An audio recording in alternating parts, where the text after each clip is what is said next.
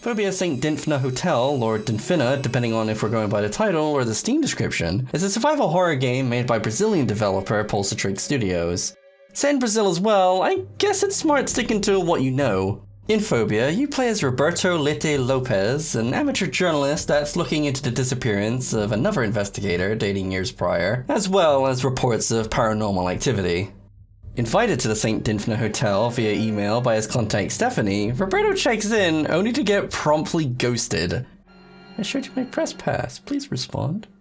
Despite this minor setback, Roberto decides to stick around for an uneventful week of a whole lot of nothing. That is, of course, until a mini black hole appears in his bathroom and Roberto passes out. You know, as you normally do coming to Brazil. After he comes to, he wakes up in his hotel room, except it's now an escape the room scenario. Once he overcomes being a shut-in, Roberto's left with a fancy camera that lets him peer into the past. This serves as Fobia's main standout feature that enables the player to access blocked off areas or to solve puzzles to come whenever a handprint sign can be found. From here, it's figuring out what the heck's going on, why the hotel is such a pigsty, why it's full of monsters, and what's the deal with the little androgynistic psycho mantis that keeps showing up. You like Castlevania, don't you? Starting off, I have to say that I quite like the two worlds mechanic with the camera. It felt very Outlasty and opened up some interesting interconnectivity, as you'll often find clues or supplies in one world that'll prove necessary for a solution in the other. Then there's a few places where access can only be gained from one timeline and not the other. I would have liked to see it used a bit more and perhaps expanded upon, however, as it's only truly necessary whenever the handprint shows up more or less. Still, conceptually it's interesting, and it serves as a mostly well-done feature to add a layer of complexity to the game's mechanics. I just wish that they did a tiny bit more with it, but when it does show up, it's a welcome addition. As a whole, the puzzles are a bit simplistic and not very challenging. There are a couple of side ones that could be a bit more obscure or esoteric, but they mainly result in some extra supplies or upgrade materials that we'll talk about a little bit later. The developers seem to really like sliding puzzles though, as they show up multiple times and aren't exactly hard to solve. A select few did at least give me pause for thought, like the piano one in particular, but without going too in depth into solutions or anything, they're generally acceptable and even enjoyable in some cases.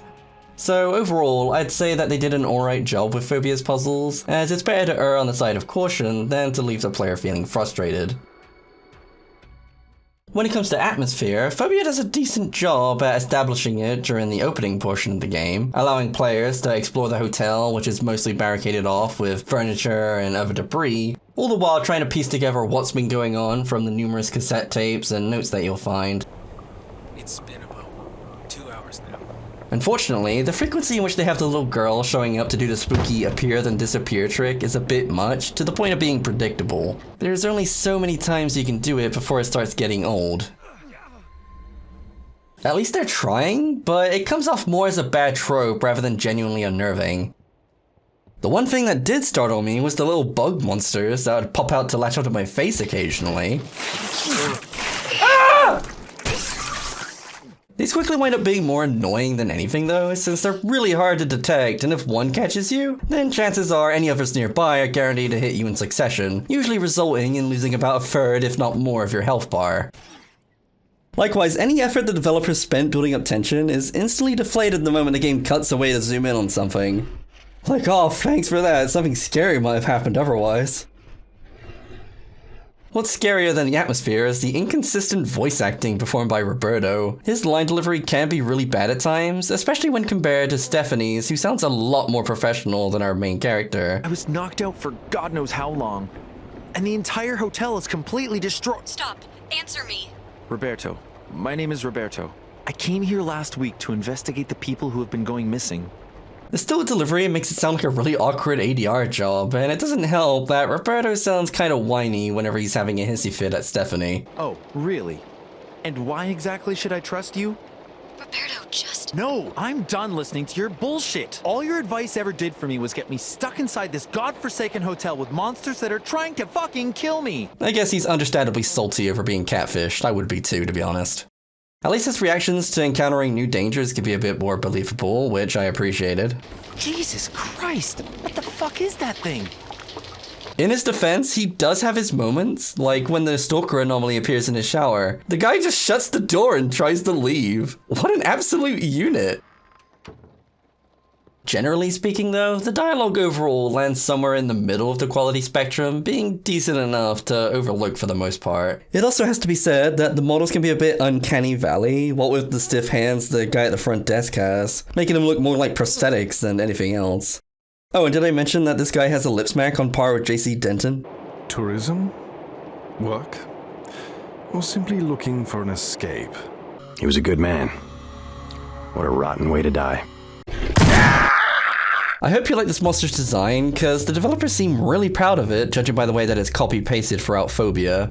The lack of enemy variety lends itself in part to the game not being very frightening after the first couple hours. Given the frequency in which they appear, as well as their lack of lethality, makes them less of a genuine threat and more of a mild nuisance at best. Meanwhile, they cut away to make a big fuss of introducing Phobia's version of bootleg Nemesis, only to have him cock-block me in a hallway and two-hit kill me what has to be the lamest "you died" screen I have ever seen. What's worse is that they made this a recurring thing, always putting him between me and where I need to go, which could be cool if it weren't for the fact that it's always in really tight corridors, so that even when I stun him, I can't get past him and his giant janky hitbox. This usually leads to me having to try and bait out its grab attack, since at least then I'll be thrown behind him, but it's a gamble between that or getting punched in the face until I smile and die. It's sad to say, but the other bosses don't fare too much better. The pianist is a big, slow, six-armed enemy with a generic human face glued on, and its attack pattern is telegraphed into next week. The long pauses it takes between actions also makes it look like it's waiting for its next movement command to load, whilst the animations themselves are really stiff and feel like they're missing keyframes or something. Something about the way that it moves just doesn't seem right, and I'm skeptical to believe that it was done intentionally.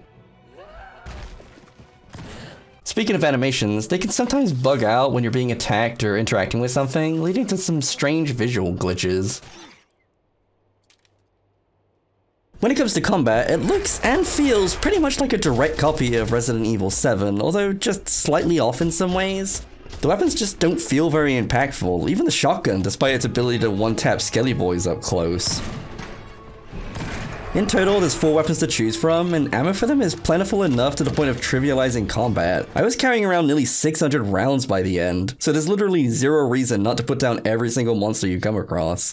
Oh, and the game has a regular habit of going pitch black to change something in the level, usually spawning more enemies out of nowhere. That gets old really fast. It's not scary, it's just bloody annoying when I can't see anything, because it's so dark they may as well have turned off my monitor for 10 seconds.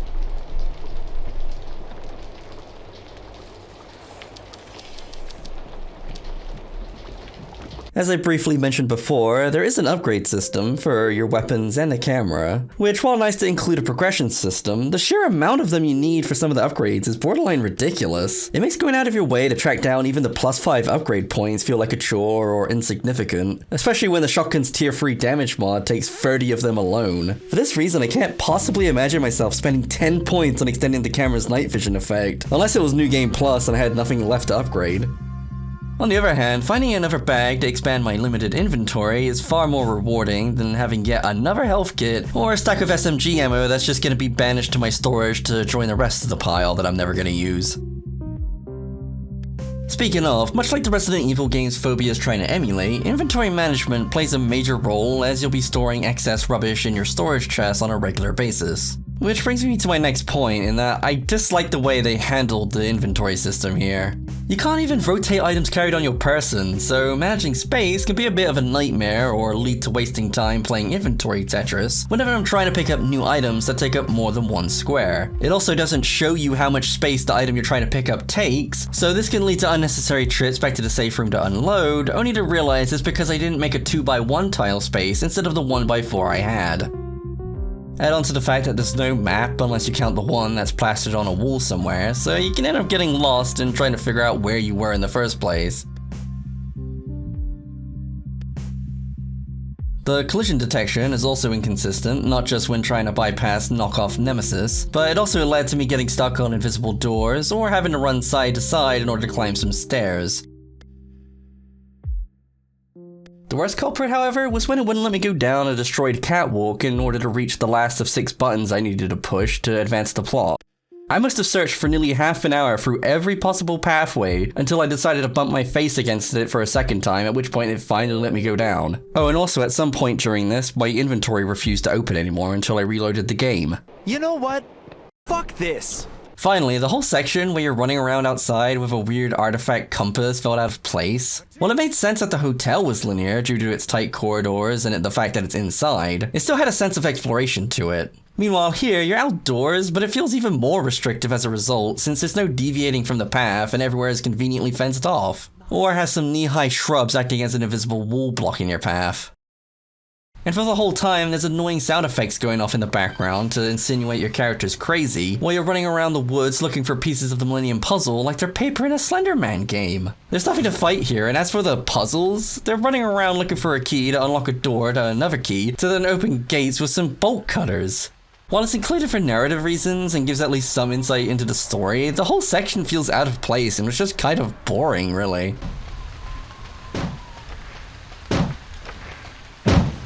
Oh my god, there's a bang at the door! I would also mention the music right about now, except that would require me to actually remember anything about it. It was honestly that forgettable outside of the one song that plays whenever you save your game, but I wasn't personally a fan of that either.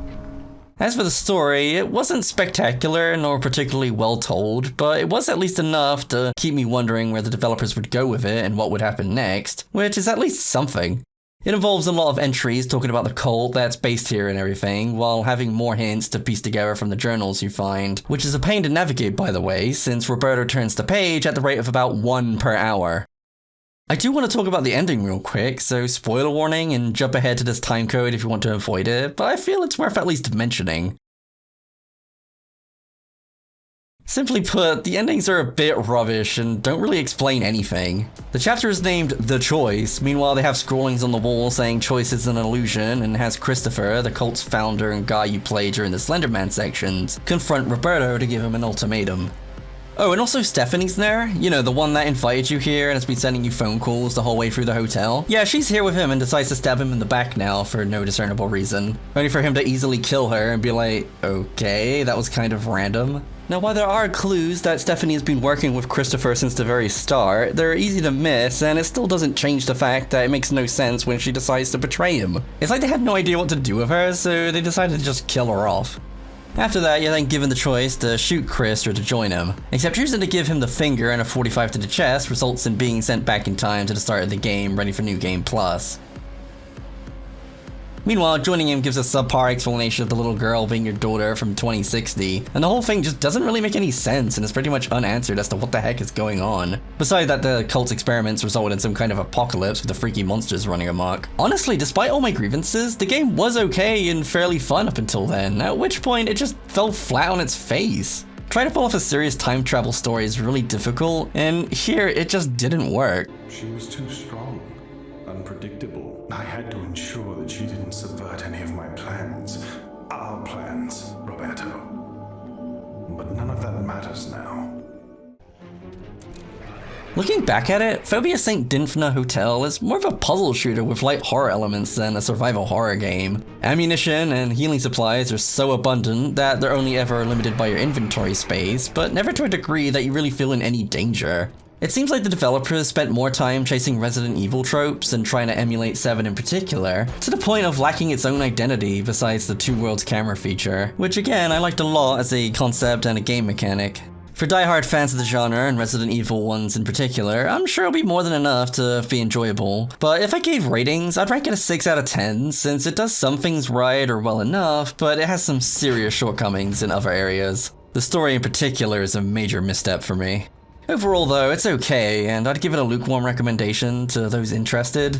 Even going out of my way to do every puzzle I could track down, I still managed to miss a good number of them, making my playthrough take about 8 hours in total, which is a pretty solid length, especially for its asking price. As always, cheers for watching, and I'll catch you all next time, but until then, keep on smiling, and I'll see you in the next video.